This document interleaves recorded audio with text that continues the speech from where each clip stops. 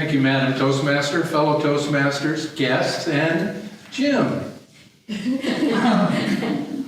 It's always a challenge to provide positive, constructive, new feedback to Jim because he's been doing this all the way into his second phase of his life.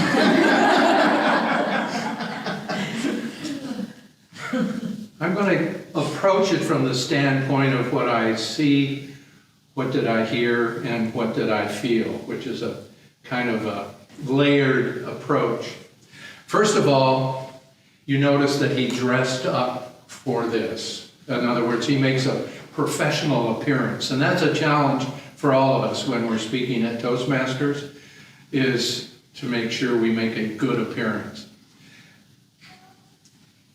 He was extremely expressive and particularly started off with a very clear, here's what I'm going to tell you, and I'm going to be making these 3 points, which is critical to almost any talk, is to outline to the audience where you're going, so people will kind of know that they're on the path, which is basically what Jim did.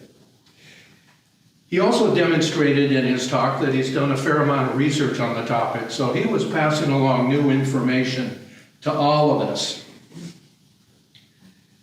I loved the point he made about jolts in life. That's not exactly the term that I've used, but it's a very accurate term. It's almost as if you were playing around with an electrical outlet and all of a sudden you got zapped. That's a jolt, and that's the way a lot of these things are.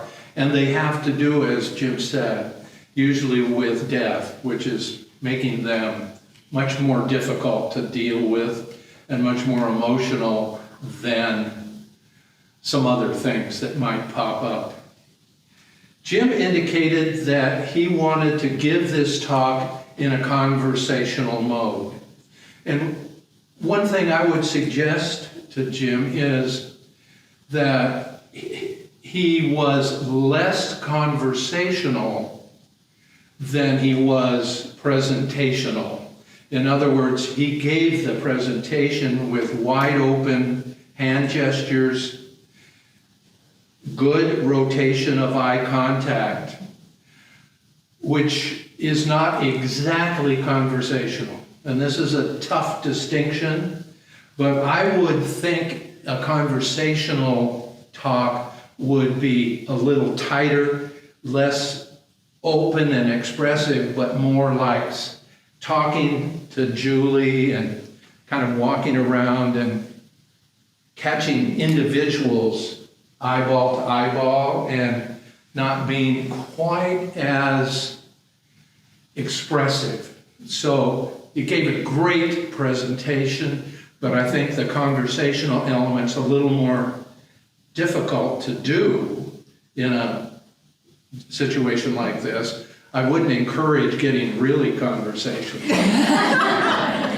by putting your hand in your pocket or anything like that. But it's tough, and it sometimes means you need to drop your voice down to cause people to have to listen a little harder in a conversational one. But all in all, it was a fantastically strong talk, and he did properly at the end, brought it back to the beginning. So he tied it up in a bow. He asked about interest in learning more about these stages that he's done research on.